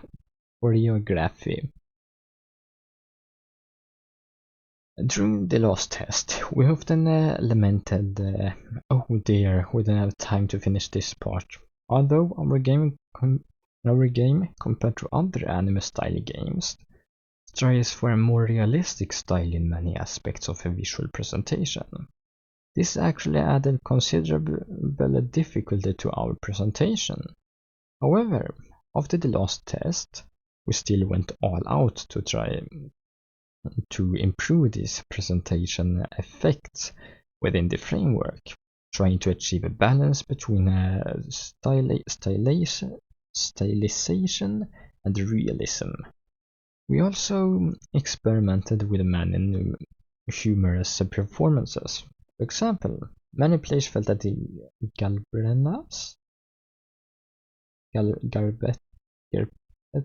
not sure who that is, but yeah, side quest was well written, but the presentation was insufficient. This time, we added a significant amount of presentation to support the story experience. It must be said that this is also an advantage of 3D games. Some humorous actions can lighten the atmosphere and make the characters more vivid. Therefore, we will continue to optimize the storyline based on this experience in the future.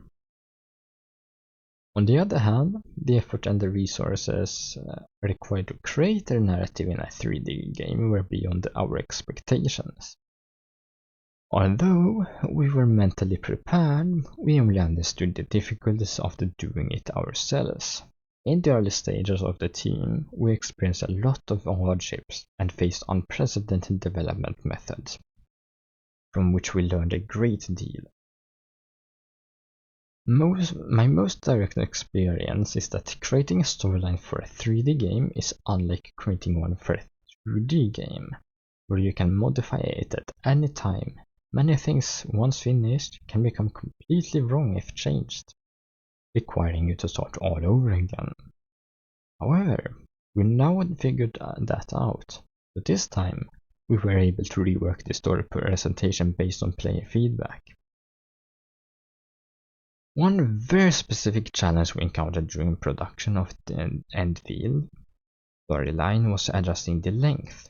Within the 2D presentation of Arknights, each version has story ranging from 50,000 to 150,000 words, depending on the story and version type.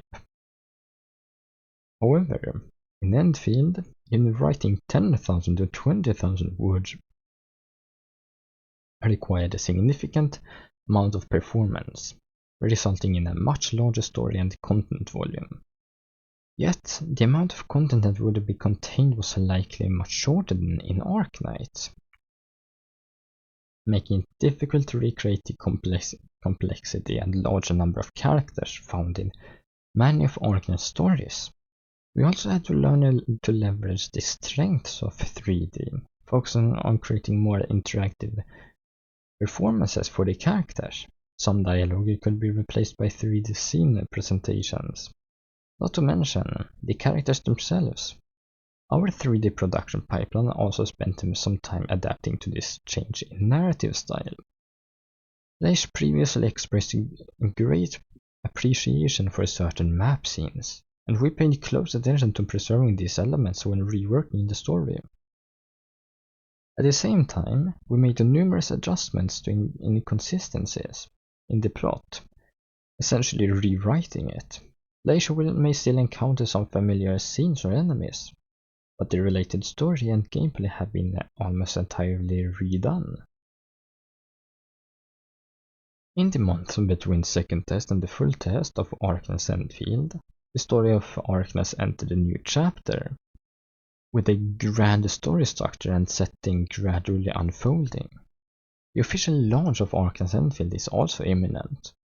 This leads us to ask, what is the strategy for handling the parallel operation and story continuity between Arknights and Arknights Endfield? Oh, this will be interesting. When I was conceived the Endfield world concept, I was thinking about it from the premise that Arknights would continue to operate for a long time and continue to expand its story content. After the launch of Arknights, I started thinking about how to develop a second game based on the Arknights IP. When I officially launched the Endfield project in early 2022, the inspiration I used was a proposal I had made in 2017 when I was conceiving Arknights. It had to be abandoned for various reasons, but I was finally able to pick it up again and think about how to organically combine it with the story of Arknights. I discussed many possibilities with the Arknights development team, and we ultimately decided to create another story for Arknights Endfield on another planet at a more distant point in time. However, the two are not simply connected sequentially. We conceived a very long-term plan.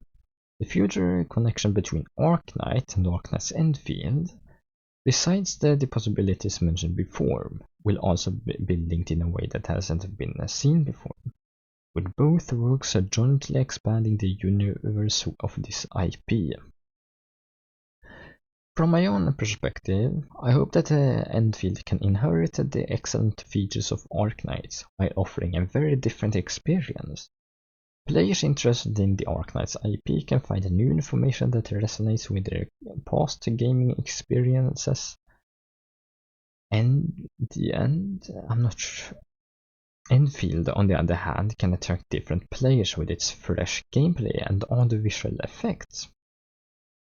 Developing two projects simultaneously, both with the completely redefined settings and the storylines, is indeed very challenging. During development, we repeatedly checked many settings between the two projects. Sometimes, we even discovered that some content might have developed in an unexpected way. We also had to coordinate adjustments to the other project. However, because the game genres and presentation styles are different, we will choose two different directions for our stories, which will inevitably present different styles. But both experiences will definitely be unique, and we will do our best to make them excellent. Specifically, Endfield depicts a fantastical future era, besides the fantasy element that form the foundation of the work. Science fiction elements are more prominent, making it more like a fantasy world with the science fiction elements. If players want to discuss deeper literary content and experience more information-dense, intricate or diverse storylines, Arknights would be more suitable in terms of format. If players want a more exciting, avant-garde, and immersive audiovisual experience, and desire a more imaginative world that fully integrates narrative and audiovisual elements, then Endfield is also a good choice. Looking back now, we had many bold ideas that almost didn't come to fruition. Fortunately, we chose a very long and exciting time frame, which allowed the two works to make some reasonable designs and produce a chemical reaction and a unique effect that we ourselves did not expect. Arknights Endfield is not only Hypergryph's first large-scale 3D game, but also their first time having a simultaneous global release across all platforms. This test itself also marks Hypergryph's first official attempt at multi-platform, multi-language synchronization. Every detail required exploration from scratch. For example, multi-platform distribution not only meant that deep optimization is needed for different hardware, but also that deep adaptation is needed for the user operating habits of each platform. Oh, so you can see like it's PC, mobile, and console from left to right, and yeah, keyboard, PC, mobile, and oh, okay. So it's a PC but a gamepad. It will basically look the same on, I guess, PS5. The three main creators also shared some details about the interaction design when releasing the product simultaneously on all platforms. We put a lot of effort into cross-platform interaction, which also led to a long process because many interfaces needed to be differentiated based on platform characteristics, and some interfaces even required 3 different interaction plans. The interaction logic of each platform is completely different, and because we have relatively complex systems, such as integrated industrial systems, we cannot make the interaction a uniform set. Each requires customized interaction layout. For example, in the integrated industrial gameplay, the PC, keyboard, and mouse, interaction design approaches to display related functions in a flat layout with the individual keys for easy use. The mobile approach is to include functions such as blueprints and equipment manufactured in a toolbox, reducing the screen ratio in the mobile devices, and to add a one-stroke drawing function specifically for conveyor belt connections, maximizing the convenience of drawing lines on a mobile touchscreen. The PC gamepad controller interaction approach is to include the functions such as blueprints and equipment manufacturing in a sidebar, which activated by a unified function key conforming to the operating habits of gamepad. And here they are showing, this is from the live stream where they show, they showcased on the latest iPhone, iPhone 17 Pro Max. Yeah, and how it looks, that you can change the layout, stuff like that. The combat controllers have also been specifically designed for different operating devices. For example, when using a gamepad, our game has many buttons and numerous combinations buttons. So we customized them to address the issue of players not being able to unleash their skills due to slight differences in button presses. On mobile devices, we adapted a skill wheel for combat interactions, and finishing moves can be executed using either drag or long pressing, catering to players with different operating habits. We also enhanced the animation prompts when combat skills are available, reducing the burden on mobile players and lowering the barrier to entry for gameplay. In addition, we have adapted to the special functions of different hardware. For example, We have adopted the industry-leading technology in 3D sound effects and spatial audio, which makes the sound effects and dialogue in the game have a realistic sense of space, enhancing the immersive gaming experience. We also provide detailed support for vibration of mobile phones and game controllers, PS5's adaptive triggers and controller speakers, etc. A simultaneous global release also brought entirely new localization challenges. The development team discovered that they needed to solve unprecedented problems at the workflow level to achieve a more nuanced localization. This included both text and voiceover. Traditionally, each downstream component in a localized workflow can only see the requirements of its direct upstream component, which can easily lead to problems due to a lack of global information. Based on the actual problems of the project's localized workflow, we developed a script editing tool in our work software that supports cloud document synchronization. This allows each stage to collaborate using the same document. And all modifications can show the time and reason for the changes, including requirements for audio to modify upstream text. It also allows for easy viewing of all historical versions of the document. Using script editing tools, a clear, unique, and correct version of the script can be created that the entire project team can refer to. And the script can then be directly connected to downstream audio and localization platforms. This tool is a very useful efficiency tool. Implementing this tool is far more complex than it sounds, but in order to achieve better localization results, we still chose to invest in developing it.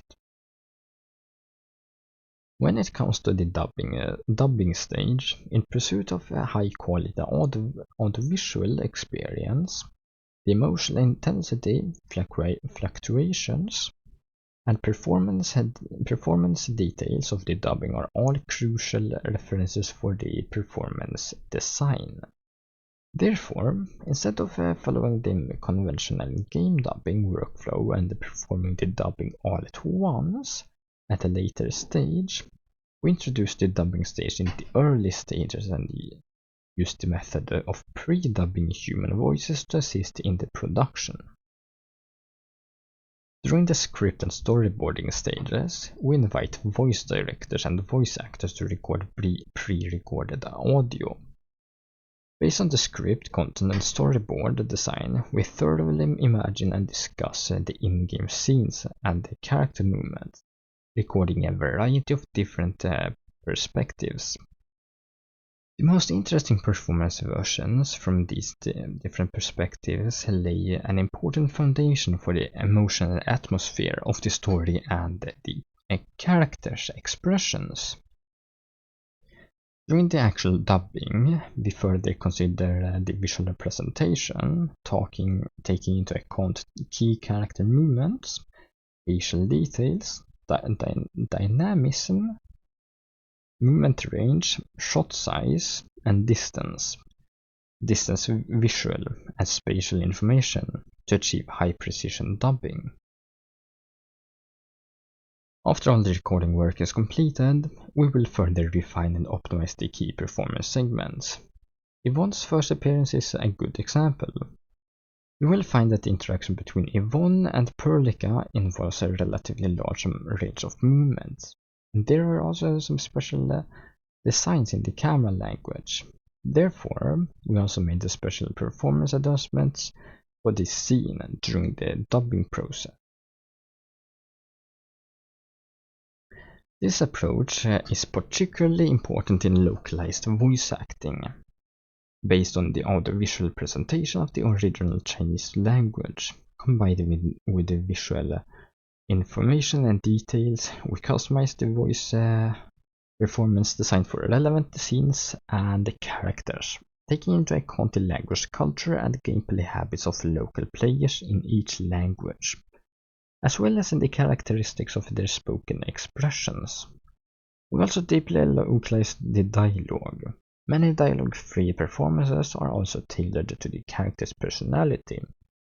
Dialogue scenes, accent design, and the spoken language characteristics of the corresponding culture, making the characters more vivid in each language, even in places where players may not hear clearly, such as ambient noise.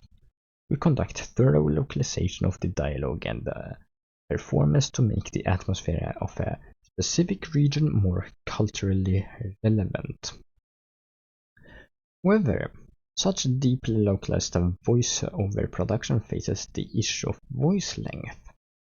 Chinese is a language with a very high information density. To express the same amount of information, Japanese, English, and Korean generally have significantly more syllables than Chinese, and their voice duration is usually 1 or 222 times that of Chinese. Furthermore, this voice content is often closely linked to 3D presentation design and player movement distance. Only through proper coordination can a more comfortable and more natural audiovisual rhythm be achieved. To meet this challenge, we put in a lot of effort, taking into account each character's language, rhythm, vocabulary, and performance style to refine the dialogue as much as possible within the allotted time. In addition, we customized some small features to more flexibly and smoothly handle the different experiences brought about by the varying lengths of multilingual voice lines, further enhancing the player's immersion. Similar problems that only arise when developing a high-quality multi-platform game for the first time are numerous in our development process. For the lost. It's difficult to do this, but we still choose to do it in pursuit of a better final result. We lost to count of how many times the three main creators repeated this phrase today. After this exchange, we can now consider this phrase a footnote to the development process of Arknights Endfield, or even a small label for Hypergryph. The transition from 2D to 3D is inherently fraught with the difficulties, and the Arknights Endfield development team's high pursuit of gameplay and quality forced them to choose an even more challenging path. However, they resolutely persevered, even if it meant investing immeasurable energy in refining the system, building their own tools from scratch, and tackling unprecedented challenges under extreme conditions. Just like the characters they created, they knowingly did the impossible, solely for the sake of their inner pursuit. Part of the story of Arknights Endfield will also revolve around the unity and the search for oneself. Okay. At this moment, we recalled something the creators said in an interview last year. It's so wonderful to do what you love, even if it's full of challenges. Finally, we hope the three creators would like to wrap things up and summarize. They said, over the past 8 months, what we've done hasn't all been the most intuitive or exciting things. More of it has been building the technical infrastructure for long-term operation, making the system more self-consistent and iterating on various features and systems to ensure simultaneous launch across multiple platforms. As for why we should do it? Because we need to lay the foundation for the future of the Endfield for many years to come, and prepare for players from all over the world using different devices to come to Talos 2. Therefore, we have spent so much time on constructing in all aspects. The full test is coming soon, and shortly after, Arknights Endfield will officially launch. The Tower of Eden awaits you. Might be a mistranslation. We made this game to our liking, and we hope all players will enjoy it too. I need to log in. Damn it. Well, a really, honestly, really good interview. Very detailed. Much longer than the last one too. Maybe, though this is from the site, and the last one was like translated on Reddit. Still, extremely good interview. Don't really have much more to say than that. I hope you enjoyed. I hope it was interesting. I will leave a link to this in the description if you wanna read it. If you know Chinese or using translator like I did, to read it for yourself. It's honestly a very good interview, and I like that Hypergryph does interviews like this, genuinely. And that's basically it.